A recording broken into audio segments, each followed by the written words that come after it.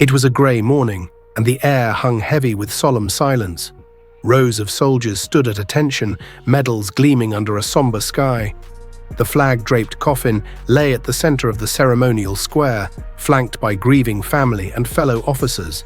Then a ripple of confusion broke the silence. Gasps echoed. All eyes turned as a uniformed police officer, face stone cold, stepped forward and did the unthinkable. He raised his service weapon and pointed it directly at the heart of a decorated army general. For a moment, time froze.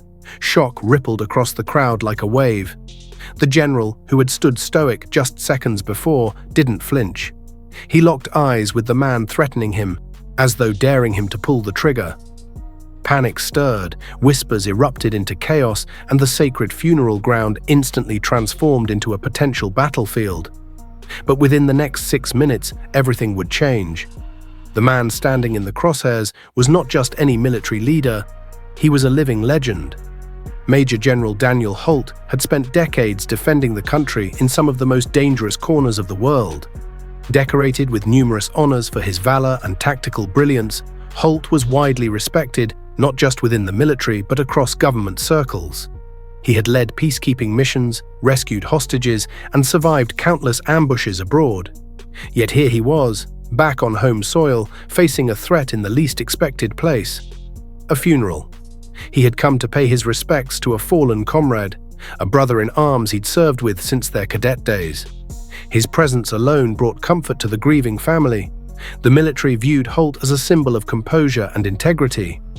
And now, in front of hundreds of witnesses, that symbol was under siege by a man who should have been on his side. The officer behind the chaos was quickly identified as Officer Cole Harrington, a 10-year veteran of the city's police force. Known among colleagues for his erratic behavior and authoritarian attitude, Harrington had long flown under the radar of serious disciplinary action despite numerous warning signs. Complaints of excessive force, aggressive conduct, and even troubling online activity had been documented but not pursued. Insiders later revealed that Harrington harbored deep-seated resentment toward the military, especially its leadership. His social media accounts, scrubbed shortly after the incident, were filled with rants against what he called military corruption. Some speculated that he believed Holt was part of a shadowy conspiracy, though no evidence supported this. Whether driven by delusion, rage, or some twisted ideology, Harrington had chosen the worst possible moment to act out. And in doing so, he violated every oath he'd ever taken to protect and serve. Not just civilians, but the values of the country itself. Once the gun was drawn, 6 chaotic minutes unraveled in real time. At first, no one moved, fearing any reaction could trigger disaster. General Holt, displaying a remarkable calm, raised a hand to halt his security detail. He held his ground while locking eyes with Harrington, who trembled slightly but kept his weapon trained. Soldiers subtly repositioned themselves to protect bystanders. A junior officer from Harrington's own department stepped forward, speaking calmly and slowly, trying to reason with him. The entire funeral was suspended in surreal tension. Harrington barked incomprehensible words. Some claimed he accused Holt of treason. The standoff intensified, but Holt remained composed. Then, like a lightning strike, Holt's aide charged from the side and tackled Harrington, sending the weapon flying. Backup officers rushed in. The gun hit the pavement with a thud. In an instant, the threat was neutralized, and Harrington was face down in handcuffs, furious but defeated. What happened to Harrington in those final moments was swift and decisive. As soon as he was subdued, officers searched him and secured the area. His badge and weapon were confiscated on the spot.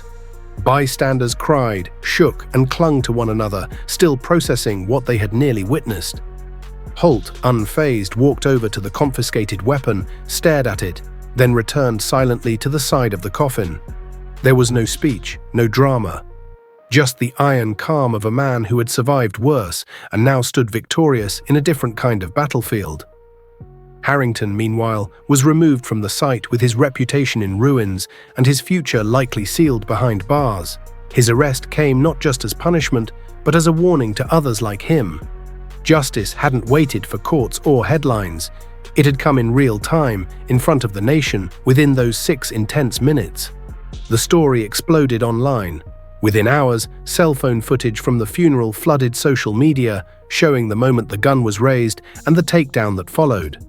Hashtags like Sarka funeral standoff and General Holt trended worldwide. Public fury erupted not just at Harrington, but at the system that allowed someone like him to serve in uniform. Demands for reform rang out from every direction. Politicians called for deeper background checks and better mental health screening for law enforcement. Military veterans rallied in support of Holt, calling him the embodiment of courage and restraint. Interviews with witnesses described the moment as unreal, like a scene from a war zone, but worse because it happened at home. And at the center of it all stood General Holt, a man who neither shouted nor ran, who stared death in the face during a sacred moment of grief, and in doing so became an unshakable national icon.